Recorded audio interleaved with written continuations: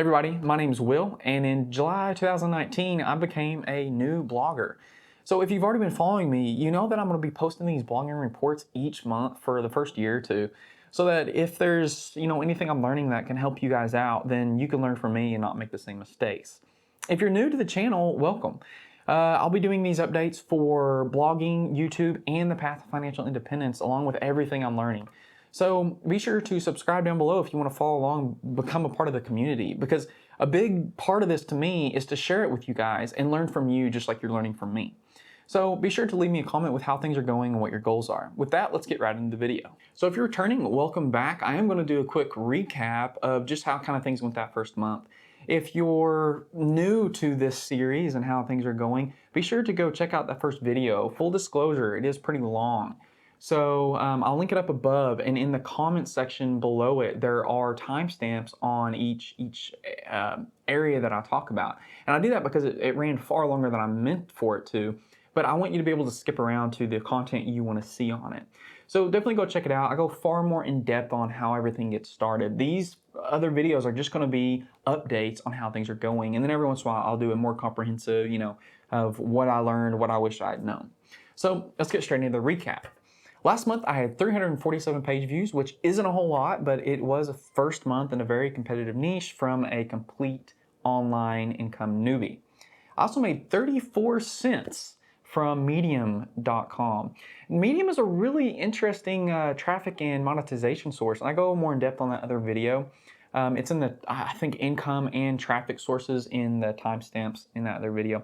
But I was still super excited because I didn't expect to make anything at all the first month, and I made 34 cents. So I was really pumped up, and it kind of motivated me. And so I know some of you are like, well, that's nothing, especially if you know how much the startup costs are. But you have to remember, this isn't a income, this is not planned to replace my income. I'm fully employed and enjoy my job. That is not to say that I don't take this very seriously, and I do plan to monetize, but I'm not going to be heartbroken if I never make it big.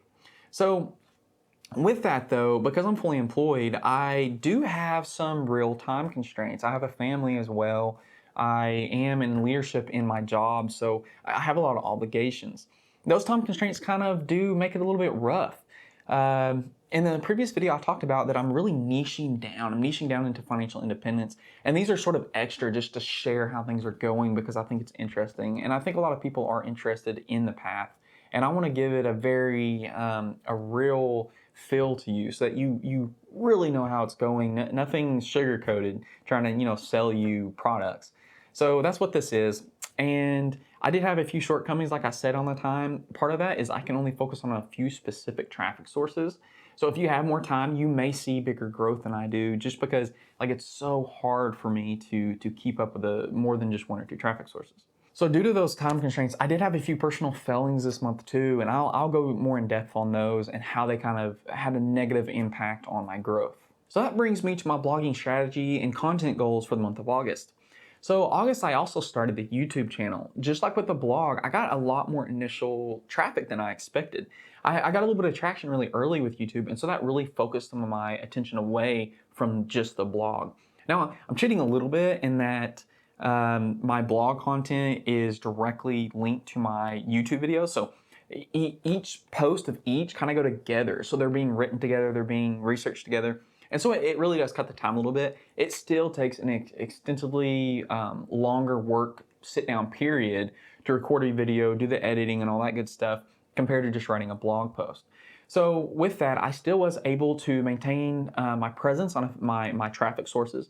So my three main traffic sources other than just YouTube are Pinterest, Medium, and Viral Content Bee. All of them in Viral Content Bee and Pinterest kind of go together, and I talk about that in that first video. But I was still able to see some growth on those. I also met my content goals for the month of August. My goal is to have at least one new post a week.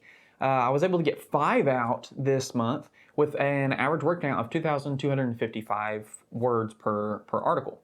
So that's the average across all of them. I had some that were very long, some that were very short. My word count, my average word count is naturally climbing up because I get more in depth as I, niche even further down into specific topics and get into specific series.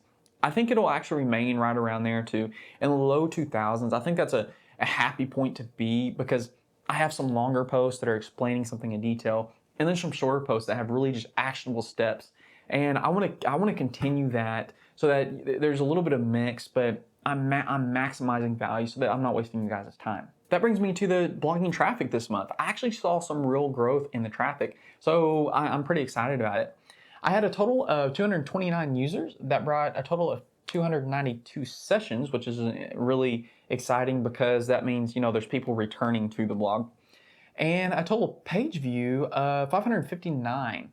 So if you notice the image has 550, that's because if on the last one you saw August 1st, well, this month it got cut off. So that 9 that was on August 1st is actually added to this month for a total of 559, which is a pretty good growth. So if you notice, direct Pinterest and YouTube are my largest traffic sources, making up over 88% of traffic. 55% of all that traffic is coming from direct sources, which is mostly search engines. So something I want to point out here is I have already said that search engine SEO has not been my focus. I do use best strategies, best practices, but I do not focus on that solely.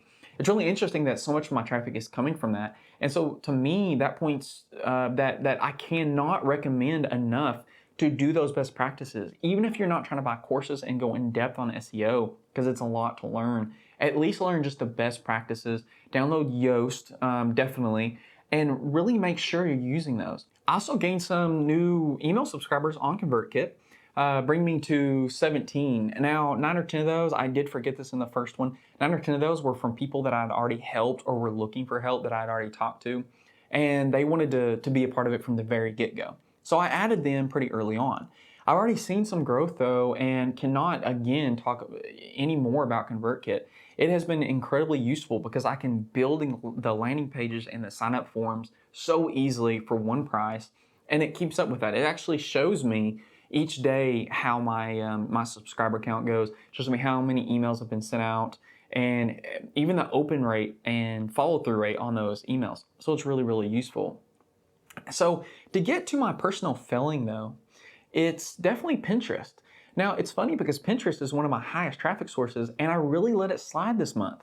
So I already had a slowdown in my subscriber count. I got to 68 followers this month. And yes, followers are not directly linked to how many views you have because I still had over, I want to say 37,000 views of my pins. But I really actually even forgot to update Tailwind for like a full week. So Tailwind's the automatic service that lets you, schedule your pins out. There was an entire week there where I was forgetting the best practices, like manually pinning at least once a day, going on there and sharing other people's content through Tailwind to keep it, enough content coming out along with my own. There was a whole week there where it was just my content coming out because I had forgot that I didn't schedule that week in Tailwind. So I really think if I had followed through with that, I would have had even bigger growth. I just got too busy. I got, a few different projects thrown at me at work and just kind of let it slide. So I would really say make sure you sit down and really decide on where your focus is going to be. Something that I'm getting back to is really budgeting my time a little bit better, and I'll talk about that in another video, but it really has helped. With that being said though, I also think one of the slowdowns in Pinterest is the change to rich pins. So it's funny because the guys over at Income School were just talking about this too. And I actually reached out to Pinterest. If you don't know what rich pins are, they're just sort of a extra feature that you can enable for a business-based Pinterest account. And what it does is it automatically pulls to the metadata from your post on your site and plugs it into your pin so that it looks a lot more professional. So I enabled this immediately. Alex at Create and Go, which is the course I used to kind of learn all of this, really went into depth and showed you how to do it. And I thought I was doing something wrong. So I eventually just reached out to Pinterest, said, no, you're right, we're wrong, something's messed up with it. So that's been over a month and a half ago, and they haven't got back to me again. I actually think that they're making some changes to the platform itself, and it makes sense in a monetary means because a lot of rich pins bring you off platform. Well, so do promoted pins, but promoted pins are basically pins that turn into an advertisement that you're paying for. So for Pinterest, they want to keep you on the platform. They want to keep, bringing revenue. It would make sense to do away with rich pins. And that may be what's happening. I don't really know. I have no written proof of this, but I do know that I don't see any more rich pins and there's something up with it here recently. So I'll kind of just go with the flow on that and keep you guys updated in case Pinterest is something you want to focus on. Even with doing away with rich pins, it's still a huge traffic source, and I still would recommend it for anybody starting a blog. So I had an initial burst of traffic on YouTube, and that did translate over to the blog, but a very, very small amount. It's hard to get people from YouTube to the blog, and that's not necessarily the goal, but I will say what they are going over for, I think, are my free tools, and I actually am revamping those as well. I've been getting some good feedback on what works and what doesn't for people on the free tools, and I have them linked in every video if you're interested in that kind of stuff. But I'm revamping them, and in the next month or so, I'll actually put out an entire new tool package for everybody, and I'll resend it to everybody that already has the existing one as well on the email. And it should improve on what's already there. So I'm excited about that, and I think that will grow my email list as well. So I actually had a few takers for my TSP guide, my thrift savings plan guide as well. And I haven't covered that on the YouTube yet. And it kind of reminded me that I need to go back to that because it's a really good resource, even though it's a very niche resource. I had a few takers, and I hopefully will get some feedback and know if they like it or not. So I'll start covering that as well. And that brings me to the income. So I did have a growth in income. I made a total of $2.38 this month, still for Medium. So again, Medium, if you haven't watched the other video yet, it's a really interesting way to monetize. The problem is though that you can't really scale Medium, or I will not be able to scale Medium in my current, my strategy for things. With that being said, it's still a really great way to get maybe a little bit of initial readerships, maybe some traffic to your site, and still just see some small income and be a part of the writing community. So I really enjoyed it. With that being said, I am getting closer to being able to monetize in other ways. I've started looking into affiliate sites that, let me become an affiliate for the products that I'm already recommending, like specific credit cards that I think are just awesome that I personally use. So I don't think I'll be approved for those yet. A few of them already, turned me down because I'm not established enough. But eventually I might be able to get into that where the things that I'm already recommending and already think help people, I can actually make small commissions from. Additionally, once I hit the 1,000 to 2,000 page views per month, I'll go ahead and start playing around with ads. I want to learn how they work before I hit that 5,000 to 10,000 mark, because then I want to be able to decide on one platform how I'm doing ads and not have to mess with it consistently and be messing up you guys' experience. So all that will kind of come as well, and I do expect this to grow. So, and I know $2.38 does not seem like a lot, but if you think about the growth from 34 cents, that's still a 700% growth in income. If I were to see that over 5 months, I'd hit $100 a month in 5 months. That's crazy to me. And so it is small numbers, but it's big growth, and I do think that it will continue to grow, just not quite that much. So I want to keep this video short, especially since the last one ran so long. So that really brings me to my strategy moving forward, my strategy for next month, and where I need to start making tweaks. So obviously, Pinterest is on the top of the list. Pinterest, I cannot keep letting it slide because it's providing so much of my traffic. So right now, I still have 35,000 viewers of my pins, but my click-through is horrible. I'm only getting 200 or 300 a month. So I really need to go back, and I think that I want to make sure all of my content that I'm putting out meets a certain quality, make sure that it's on par with everything else. And my pins are definitely the lowest quality right now, and that is directly affecting my click-through. So I'm trying to improve that, really learning a little bit more about graphic design. I'm not a graphic designer. I'm not creative in that way. So I'm trying to get better at that. But it's just like thumbnails on YouTube. I want my pins to be good enough that people want to click on them and know that if they're good quality, then the blog they're going to is good quality. Along with that, I looked back and I realized there were a few posts at the beginning of August that I let slide some of the best SEO practices, and I have too much traffic coming from direct sources to let that slide. So my plan is to go back and start, tweaking the quality of SEO and the pins and make sure that they're on par, as well as just really focusing on all my new pins, making sure that they are up to standard, and start comparing what other people are doing that work and all that stuff so that I can make sure I'm putting out the best pins possible. So I'll still be on Medium and Viral Content Bee as well. I'm actually going to try to start being more, visible on Bigger Pockets, which is a real estate forum. Additionally, I'm really getting deeper down into these series. I think creating series around specific topics are really a good way to provide people enough content that they want to come and they want to stick around for a specific topic. So I've been focusing on really niche topics like budgeting and expense cutting, things like that. And that's what I'm going to really niche down and make series on. Some of the series are obviously, again, going to be real estate. I'm wanting to do a series on time management. And I'm project manager and logistician by trade, so it comes naturally to me. And even with that, with, starting a new position at work, getting new projects, I have a family, starting the blog on YouTube, I really got overwhelmed this last month. And so I want to start making some content on that, because some of you may not have been exposed to the strategies that I use that have just turned things around very quickly. So I really want to do that. I also, based on some comments on a Graham Stephan video actually, and one of his followers directly talking to me saying, "Hey, we want this." I want to do a dating, a budget dating series. And so my wife and I are working on that right now. Something else my wife and I want to do is she has started school full time recently.